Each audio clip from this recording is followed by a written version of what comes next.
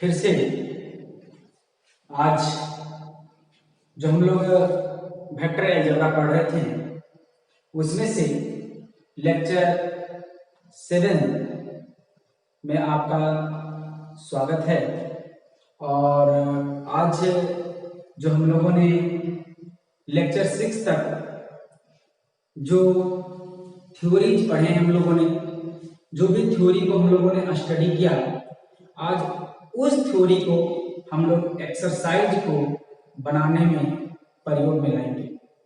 तो मैं उम्मीद करता हूं कि इस लेक्चर में जुड़ने से पहले, इस चैनल में जुड़ने से पहले आप लेक्चर 6 तक आप वीडियो देख लिए होंगे, समझ लिए होंगे और जाके हम लोग लेक्चर 7 पढ़ेंगे।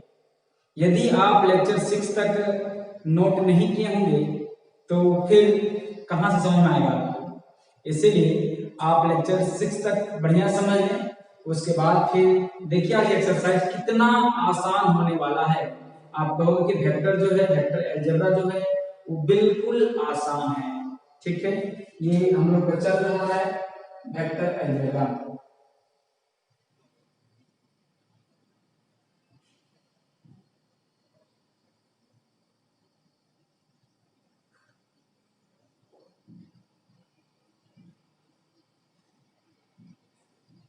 वेक्टर अलजेब्रा, ठीक है। तो चलिए वेक्टर अलजेब्रा का जो केसेस हैं बुक आपके हैं एक्सरसाइज 25.1, उससे ही आपका एक्सरसाइज स्टार्ट होता है। टाइप 1 में क्वेश्चन नंबर 1 कहता है classify the following measure as a scalar and vector. जो कहता है कि क्लासिफाई द फॉलोइंग मेजर, जो आपके निम्नलिखित मेजरमेंट देते हैं, मेजर करके जो क्वांटिटी दिया गया है, जो फिजिकल क्वांटिटी है, उस फिजिकल क्वांटिटी को आपको बतलाना है कि उसमें से कौन स्केलर फिजिकल क्वांटिटी है और कौन वेक्टर फिजिकल क्वांटिटी है। तो चलिए हम लोग कैसे देखते हैं, ध्यान देंगे। पहला देखते हैं 5 सेकंड दिया गया है। सबसे पहले आप इस यूनिट का लिखो, इस यूनिट, हाँ ये जो यूनिट दिया गया है, हम लोग क्या दिया गया है, सॉल्यूशन देखते हैं। Second is unit of time, हाँ टाइम। और आपको बतलाया गया था कि and time is a scalar,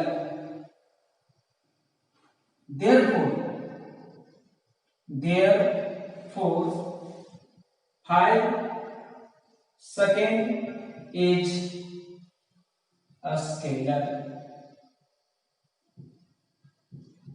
देखिए कितना आसान है। आपका जो मैग्नीट्यूड दिया गया है उससे आपको कोई मतलब नहीं है। आप क्वांटिटी को पहचानने के लिए इसके यूनिट में जाओ। यूनिट क्या है, 5 सेकेंड। और सेकेंड किसका यूनिट है, टाइम का यूनिट है। और टाइम को हमने क्या बतलाया था, स्केलर बतलाया था।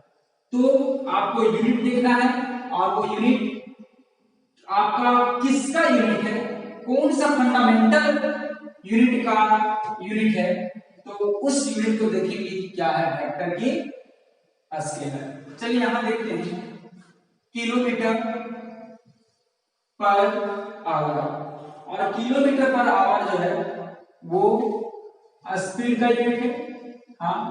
और स्पीड क्या है हमारा, स्केलर है। तो बताइए देयरफॉर हम लोग को 30 kilometre per hour is scalar physical quantity या स्केलर क्वांटिटी। ठीक है, चला गया। यहां पर देखते हैं ग्राम सेंटीमीटर क्यूब, ये किसका है, ग्राम सेंटीमीटर किसका यूनिट है, ग्राम सेंटीमीटर किसका यूनिट है, सेंटीमीटर क्यूब किसका यूनिट है, डेंसिटी का, डेंसिटी का। और डेंसिटी को आपको मैंने बताया था क्या है, स्केलर। हाँ बताइए, इसके फैमिली में डेंसिटी है और डेंसिटी किसके फैमिली का है, स्केलर का फैमिली का है। तो बताइए पूरा किसके फैमिली का हो जाएगा, देयरफॉर कहेंगे कि 10 ग्राम पर centimetre cube is a scalar. देखते हैं आगे, 10 न्यूटन, और ये न्यूटन किसका है, फोर्स का है, फोर्स का है। और फोर्स आपको क्या बतलाया गया था, वेक्टर बतलाया गया था। न्यूटन किसके यूनिट है, फोर्स का, और फोर्स किसके फैमिली से है, वेक्टर से। तो ये क्या हो जाएगा, देयरफॉर हम कहेंगे कि 10 Newton, Newton is vector quantity या वेक्टर फिजिकल क्वांटिटी भी आप लिख सकते हो। 10 सेंटीमीटर क्यूब, ये सेंटीमीटर क्यूब किसका है, जैसा ये वॉल्यूम का है, आप फिजिक्स में पढ़ेंगे सबका यूनिट वॉल्यूम, और वॉल्यूम किसका होता है, स्केलर का, स्केलर का। और स्केलर का ये पूरा का पूरा क्या हो जाएगा, scalar quantity. Therefore 1000 centimetre cube is a scalar, scalar. Energy directly example में लिखाया गया है, एनर्जी क्या है, स्केलर। ठीक है, तो आपको क्वांटिटी को जानने के लिए, क्वांटिटी जो मेजर दिए गए हैं वो वेक्टर है कि स्केलर है, तो उसको जानने के लिए, उसको आइडेंटिफाई करने के लिए, उसको क्लासिफाई करने के लिए उसका यूनिट को हम देखते हैं। उसका यूनिट देखते हैं किसके कौन से फंडामेंटल यूनिट का है, किससे रिलेटेड रखता है, और देखेंगे कि वो किससे रिलेशन रखता है। जैसे मैंने देखा सेकंड, सेकंड का रिश्ता किसके साथ, यूनिट के रूप में टाइम का, टाइम का रिश्ता किसके साथ, स्केलर के साथ। तो ये पूरा का रिश्ता किसके साथ क्या कहलाएगा, स्केलर फिजिकल क्वांटिटी या स्केलर क्वांटिटी कहेगा। आई होप दैट कि आप classification of the vector and scalar quantity समझ गए होंगे। आप चाहें तो इसका स्क्रीनशॉट ले लें ताकि आपको बाद में समझना में आसान हो।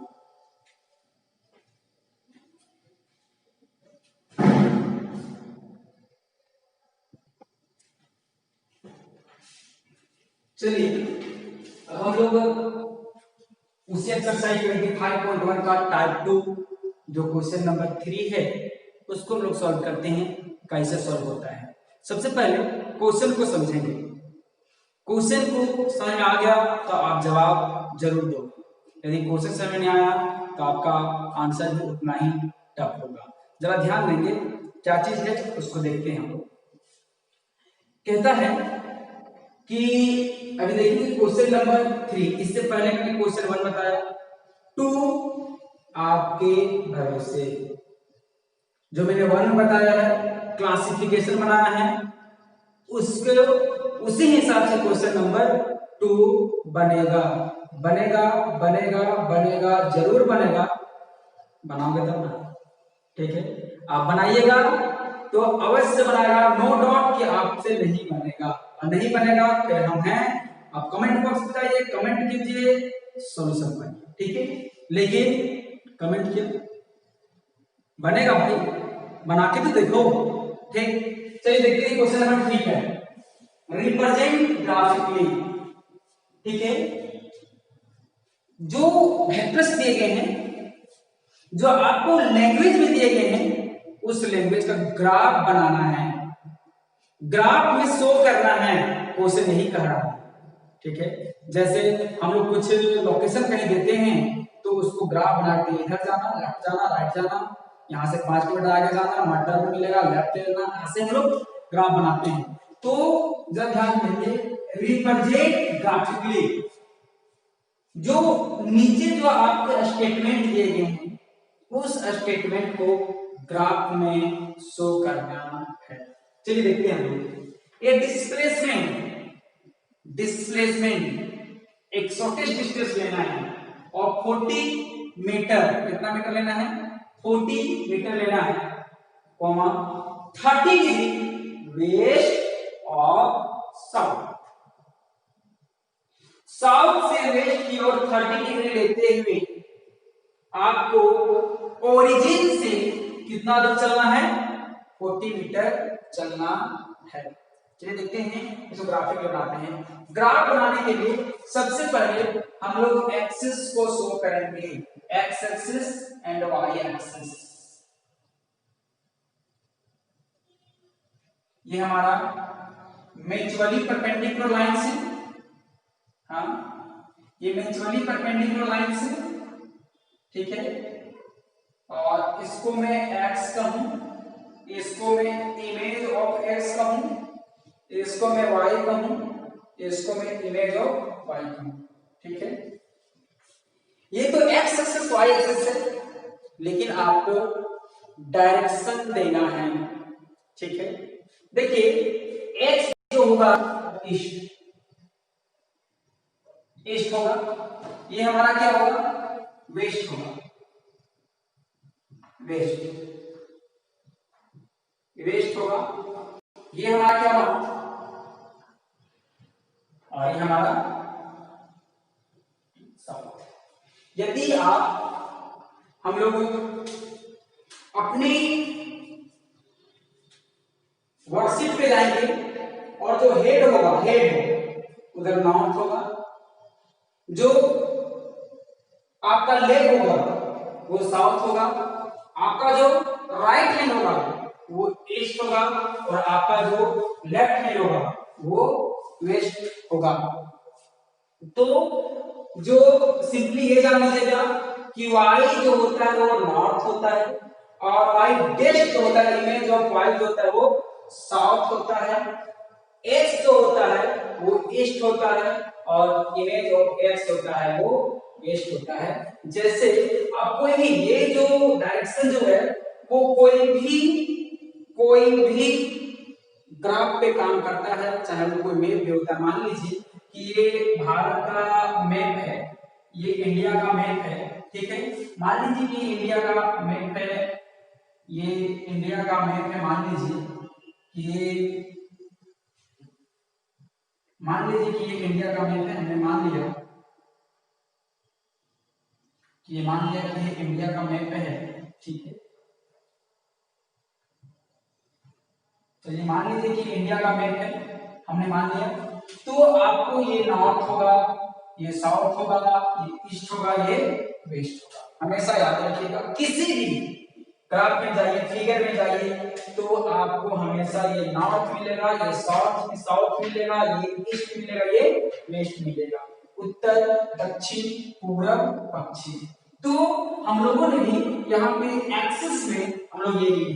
तो मैथ्स की दुनिया में देखा जाए तो आपका एक डायरेक्शन होंगे, south, north, south, east, west, कितने हो गए? 4। और इसको हम लोग कहते हैं नॉर्थ ईस्ट एरिया। मतलब ये पूरा का पूरा एरिया किससे मिलकर बना है? नॉर्थ ईस्ट से बना हुआ है, ठीक है। इसको पूर्वोत्तर कहते हैं या तो फिर ईस्ट नॉर्थ भी कह सकते हैं, उससे कोई मतलब नहीं। हम एंटी क्लॉकवाइज चलते हैं, ये मेरा ईस्ट साउथ है, मतलब ये पूर्वोत्तर इसको कहते हैं। ये जो हमारा एरिया होगा वो क्या होगा? नॉर्थ वेस्ट, ये नॉर्थ वेस्ट होगा। ये जो हमारा एरिया होगा वो हमारा क्या होगा? वेस्ट साउथ होगा, वेस्ट साउथ होगा। और ये जो एरिया होगा वो क्या हो जाएगा? साउथ ईस्ट होगा, ठीक है। तो मैथ्स में आपका कितने डायरेक्शन मिल गए? 1 north, 2 south, 3 east, 4 west, 5 east south, east, north से क्या पाला पड़ा है और मैं लिखता हूं east north, north west, west south, south east. तो हम लोग यहाँ टोटल देखेंगे तो 4 जो है, 4 जो है स्ट्रेट डायरेक्शन है, सीधा सीधा डायरेक्शन है, और 4 जो है वो अलाइड डायरेक्शन है, अलाइड सम्मिलित रूप से। ये जो दिशा जो है यहाँ पूरा का पूरा जो है वो पूरा का पूरा सम्मिलित है।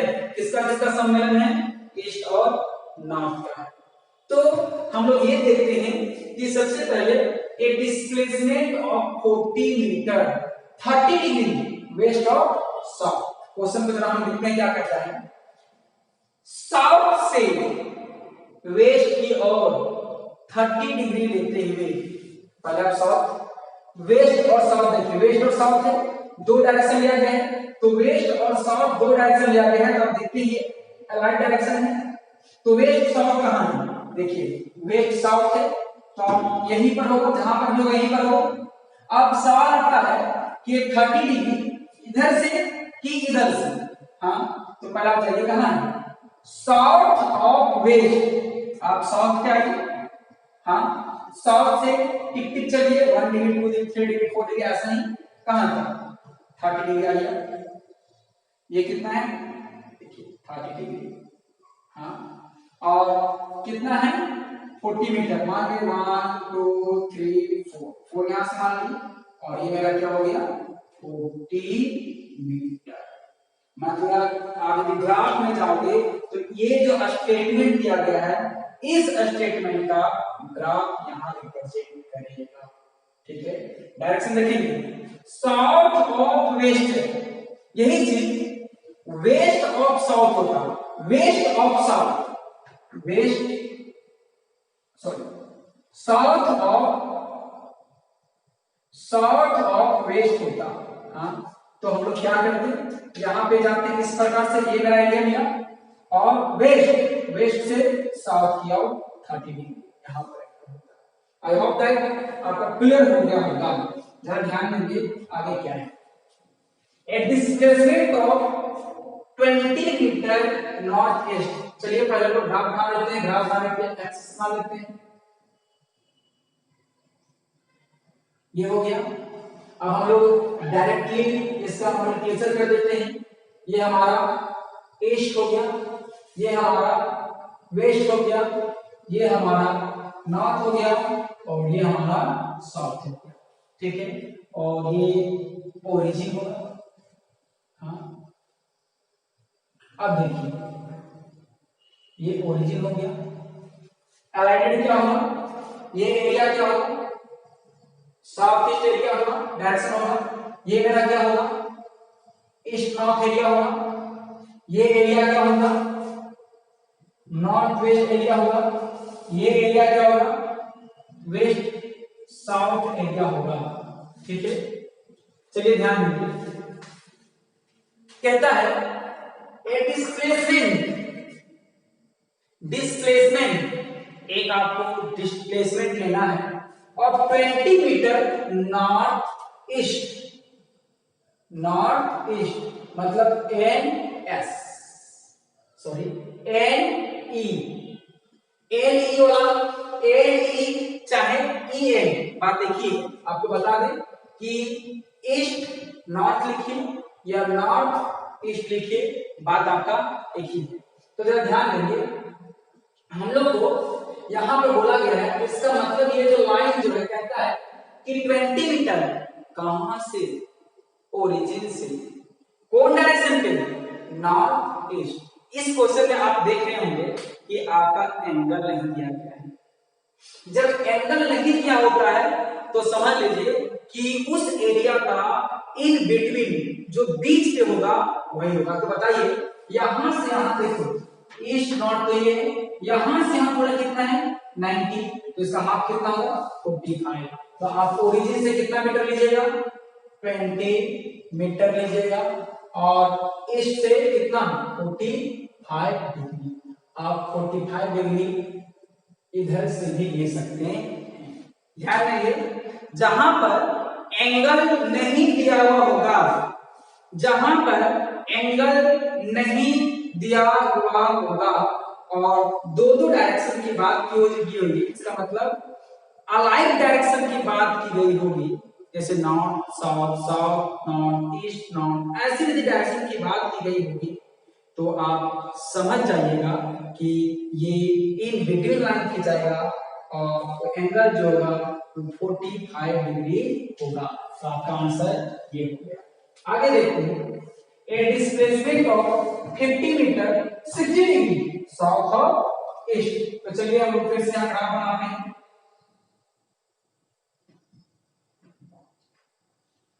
ये ईस्ट होगा, ये वेस्ट होगा, ये हमारा नॉर्थ होगा और ये हमारा साउथ होगा और ये हमारा ओरिजिन होगा। चलिए देखते हैं। सबसे पहले साउथ ईस्ट है, साउथ ईस्ट है मतलब एस ई या तो ई एस।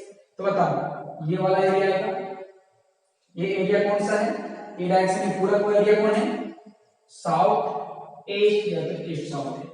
लाइन खींचाएगा, ये कंफर्म हो गया तो यही पर होगा, लेकिन किधर। अब देखिए क्या बोला, 50 मीटर 60 डिग्री साउथ और ईस्ट, ईस्ट से साउथ की ओर 60 डिग्री एंगल लेते हुए ओरिजिन से आप 50 मीटर की दूरी खींचिए। व्यवहार करेंगे, ईस्ट से साउथ की ओर 60 डिग्री लेते हुए, ईस्ट से साउथ की ओर 60 डिग्री लेते हुए 50 मीटर दूरी खींचना है, कहां से, ओरिजिन से। तो देखिए ईस्ट की ओर जाएंगे, हाँ ईस्ट की ओर जाएंगे, ईस्ट से किधर, साउथ की ओर, कितना डिग्री 60, तो बीच में तो कितना आएगा 45 आएगा, 45 से आधा लगभग इधर आएगा और यहां से इधर कितना 60 डिग्री। ये आपको डायरेक्शन देना अति आवश्यक है और यहां से यहां ये कितना हो गया बाबू 50 मीटर। तो ये हम लोग आंसर हो गया। आप चाहेंगे ये तीनों को एक ही ग्राफ पे बना सकते हैं, ऐसे करके एक ही ग्राफ पे बना सकते हैं, एक यहाँ पे बना सकते हैं, एक यहाँ पे बना सकते हैं, एक यहाँ बना सकते हैं। आप चाहें तो सबका एक ही ग्राफ बना सकते हैं, लेकिन आप पहले समझने के लिए अलग अलग बनाओगे तो आपके लिए आसान होगा। ठीक है, is it clear? I hope that कि आप क्वेश्चन नंबर 3 समझ गए होंगे। ठीक, हमने मिस्टेक से पहले आपको डायरेक्शन देने में गलती नहीं किया, बोलने में गलती किया, इस बात को ध्यान रखेंगे। यहाँ पर ईस्ट वेस्ट नॉर्थ साउथ, ठीक है, E W N S, clear है? आपको समझ में आ गया होगा तो आप इसका भी स्क्रीनशॉट ले लें और इसके आगे जो कोशिश बची है उसका बनाने का कोशिश करें, और भी आपका क्वेश्चन ऐसा ही बनेगा।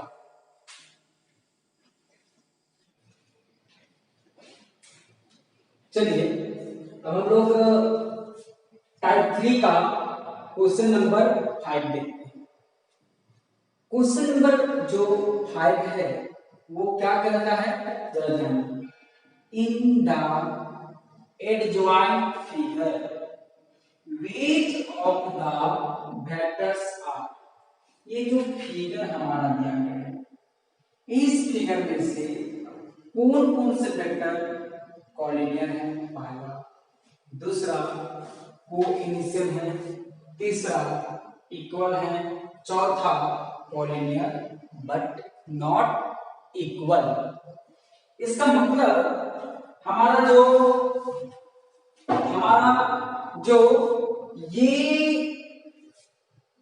फिगर दिया गया है, इस फिगर में से पहचानना है कॉलिनियर वेक्टर कौन कौन है, कोइनिशियल वेक्टर कौन कौन है, इक्वल वेक्टर कौन है, कॉलिनियर बट नॉट इक्वल कौन है। जैसे ग्रुप में बहुत सारा लोग इकट्ठा हैं और तो वहां से चूज करना है कि ऐसे नाम वाले कौन है जो एस से स्टार्ट है, जो बी से स्टार्ट है, तो आप वहां से क्लियर करोगे, डेफिनेशन के अनुसार, नाम के अनुसार वहां से चूज करोगे।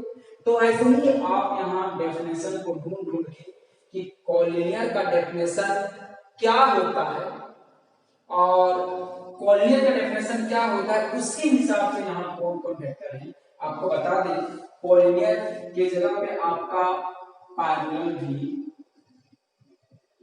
पैरेलल भी बोल सकता था, क्योंकि वेक्टर की दुनिया में कॉलिनियर और पैरेलल दोनों सेम चीज है। तो हम लोग का जो कॉलिनियर है, कॉलिनियर का जो हमारा डेफिनेशन है वो क्या है बात, कि या तो एक ही रेखा में रहे, एक ही लाइन में रहे, या तो पैरेलल रहे, ये सारे के सारे क्या कहलाते हैं, कॉलिनियर कहलाते हैं। देखिए ए सी पैरेलल है और डी जो है वो एक ही रेखा में है।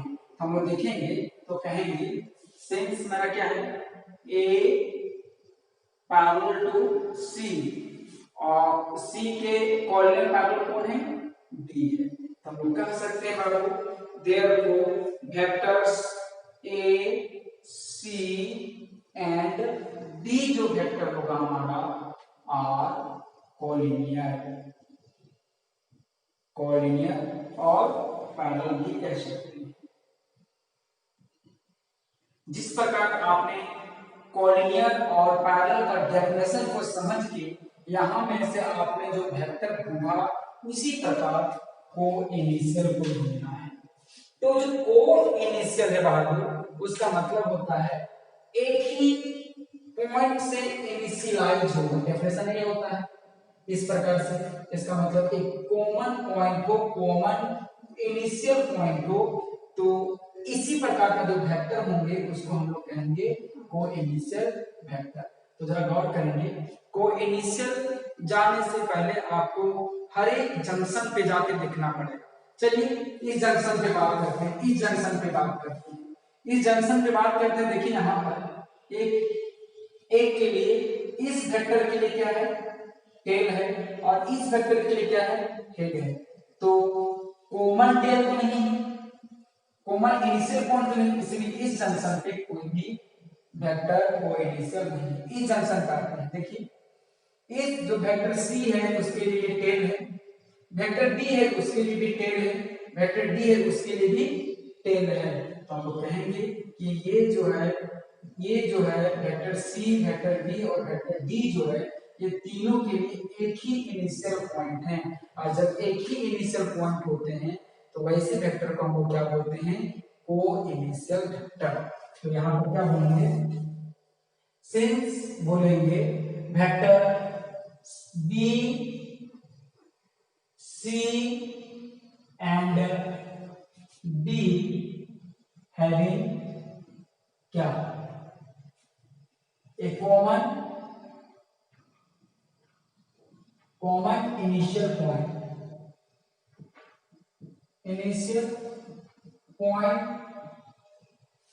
therefore कहेंगे therefore vector B C and D in above figure are collinear, sorry co-initial. Is it clear? Equal का डेफिनेशन क्या था, डायरेक्शन सेम होने के साथ साथ उसकी लेंथ मैग्नीट्यूड समान होना चाहिए। तो देखेंगे हम लोग यहाँ पर क्या है, ए के बारे में सोचो, ए के बराबर में कौन है, सी है। तो बताओ ए का मैग्नीट्यूड इक्वल टू सी का मैग्नीट्यूड, एंड देखो ये दोनों का डायरेक्शन क्या है, सेम है, एंड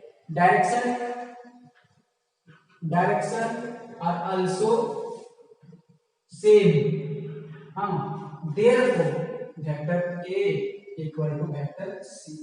जरा गौर करेंगे बात, ए और डी ये तीनों का मैग्नीट्यूड सेम है, लंबाई सेम है, लेकिन देखिए ए का डायरेक्शन अबव है तो डी का डायरेक्शन उसके नीचे है, बिलो है। तो ए और डी इक्वल नहीं है, ए और सी भी इक्वल, ए और सी इक्वल है। तो ध्यान दीजिए, अगला collinear but not equal. Collinear but not equal में आपको पहले ये देखना पड़ेगा कि कौन कौन कोलिनियर है, कौन कौन कोलिनियर है, आपको ध्यान दीजिए। ए जरा से देखेंगे, ए हाँ, सी और डी, हाँ ये तीनों क्या है, कोलिनियर है। अब अब इनमें से हमको देखना है कि दो दो का पेयर लगाना है कि कौन कौन इक्वल है। चलिए देखते हैं। ए और सी इक्वल तो है, हमें नॉट इक्वल टू चाहिए। ए और डी का कहीं जिक्र है, इसका मतलब बराबर नहीं है। ए और डी इक्वल नहीं है, ये डायरेक्शन ऑपोजिट है। कौन कौन है? पहला पेयर कौन है? Pair of A and D, and दूसरा पेयर कौन होगा? पेयर ऑफ, देखिए ए सी तो बराबर ए डी हो चुका है, सी और डी देखिए, सी का डायरेक्शन ऊपर है, डी का डायरेक्शन नीचे, तो कौन होगा? सी और D. And pair of vector C and D are क्या होगा? Are collinear but not equal.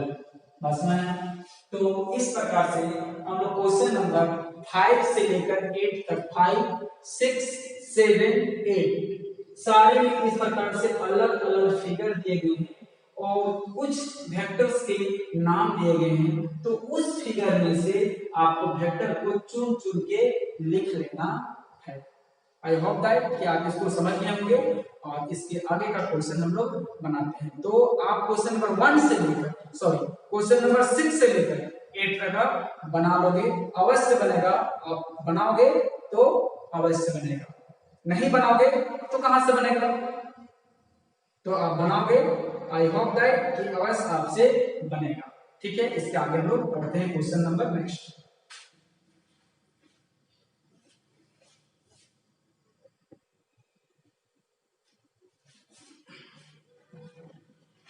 Question number 9 में हम लोग आते हैं। कहता है answer the following as true and false. आपको जो फॉलोइंग जो स्टेटमेंट दिए गए हैं, पहला में a and -2a are collinear, ये जो स्टेटमेंट ऐसे और दिए गए हैं उनको आपको ट्रू और फॉल्स करना है। ये नहीं कि आंसर देखें ट्रू और फॉल्स कर दी, ऐसे तो सबसे आसान है।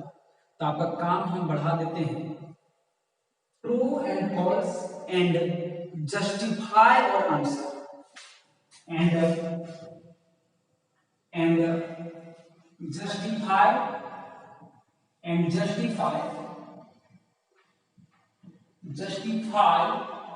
और आंसर।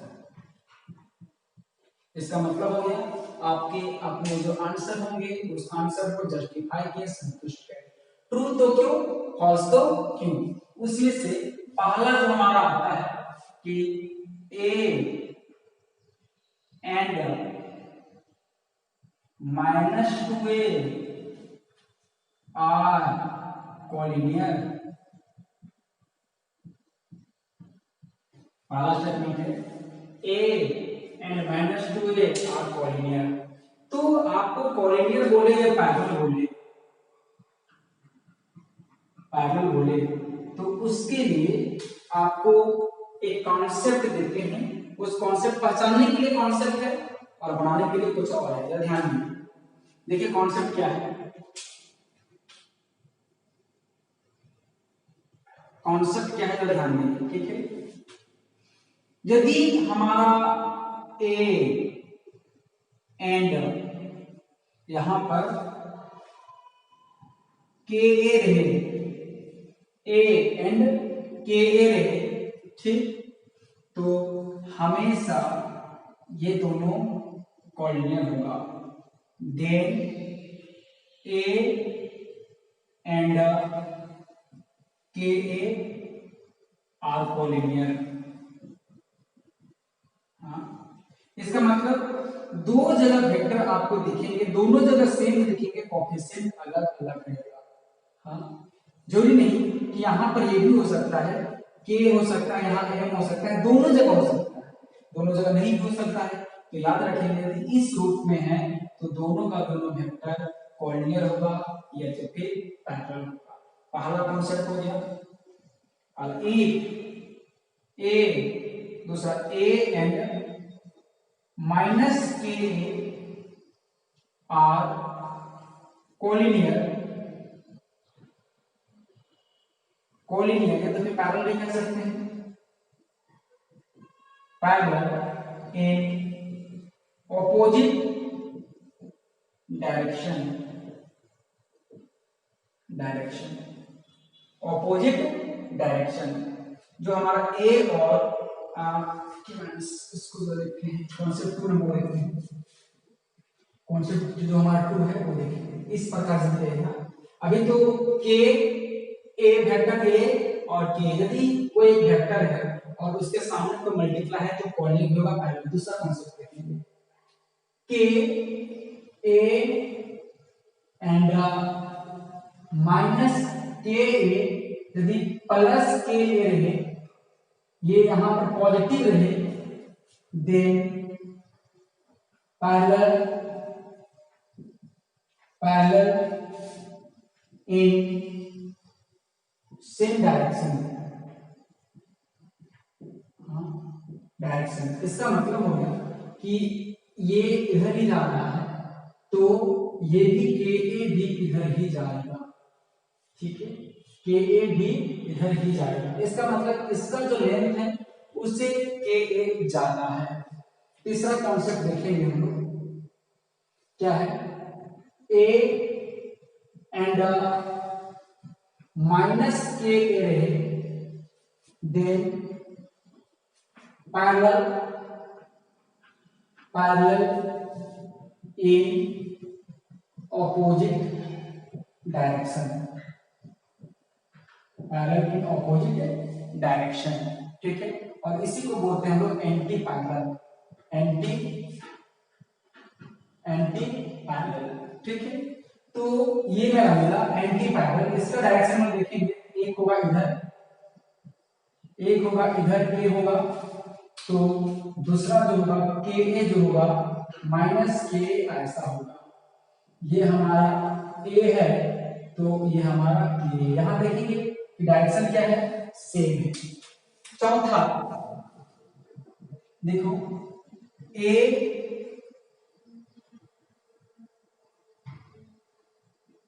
प्लस या माइनस के रहे, एम कोई वेक्टर ए रहे, हाँ, एच के टाइम्स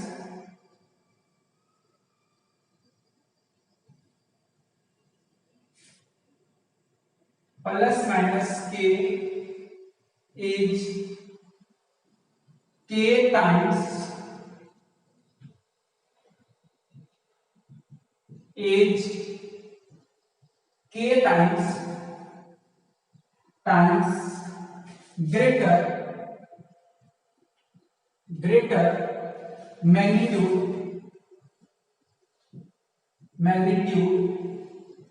आज वेक्टर ए। इसको समझेंगे क्या है, प्लस रहे या माइनस रहे उससे कोई मतलब नहीं।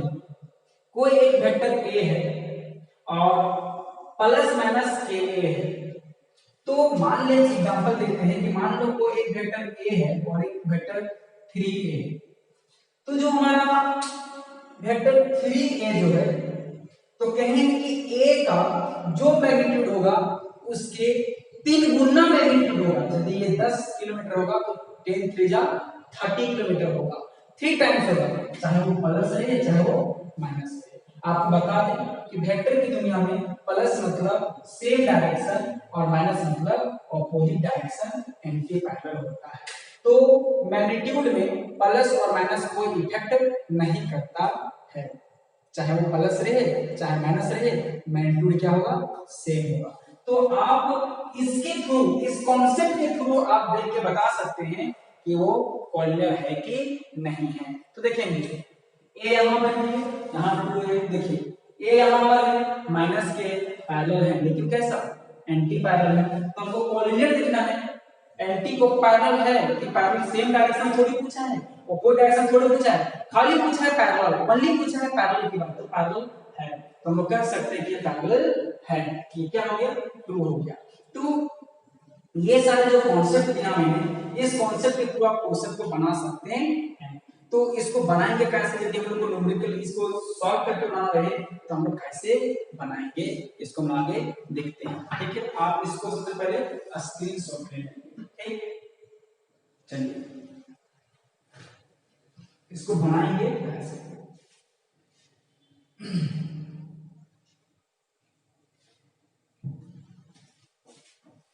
सबसे पहले इस क्वेश्चन को मान लेते हैं,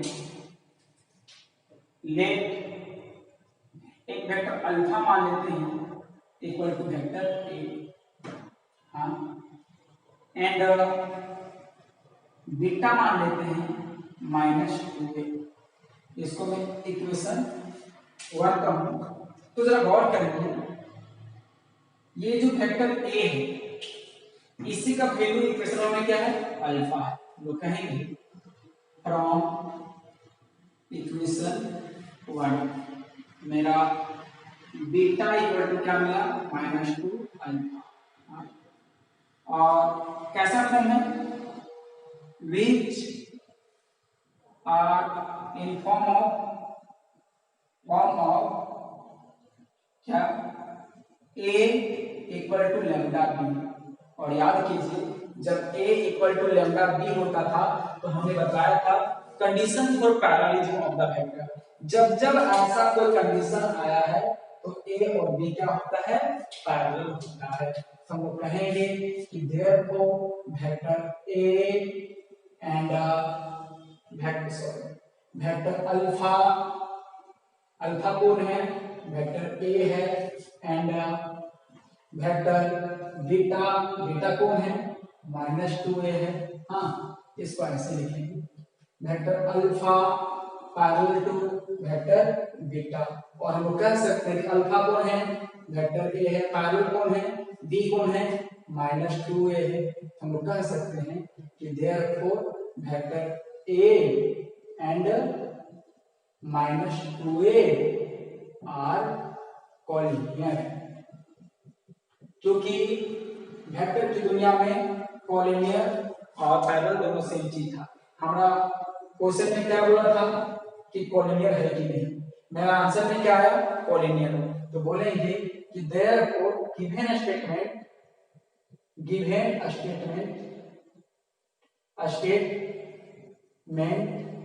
इज ट्रू आंसर। तो ऐसा ही जो आपका 7 क्वेश्चन है वो सातों क्वेश्चन को आपको आंसर जस्टिफाई भी करना है। 1 से लेकर 3 तक सेम बनेगा और 3 के आगे जो है 4, 5, 6, 7 वो मैग्नीट्यूड बेस है। हमने जो मैग्नीट्यूड का डेफिनेशन बताया है उसको आप पढ़ लोगे और वहां से आप देखोगे कि कैसे बनता है।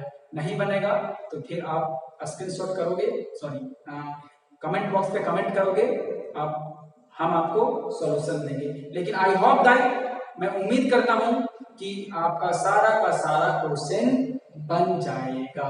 Thank you. आज का क्लास यहीं तक होगा। नेक्स्ट हम लोग लेक्चर 8 पे हम लोग आगे का थ्योरी लेके आएंगे। धन्यवाद।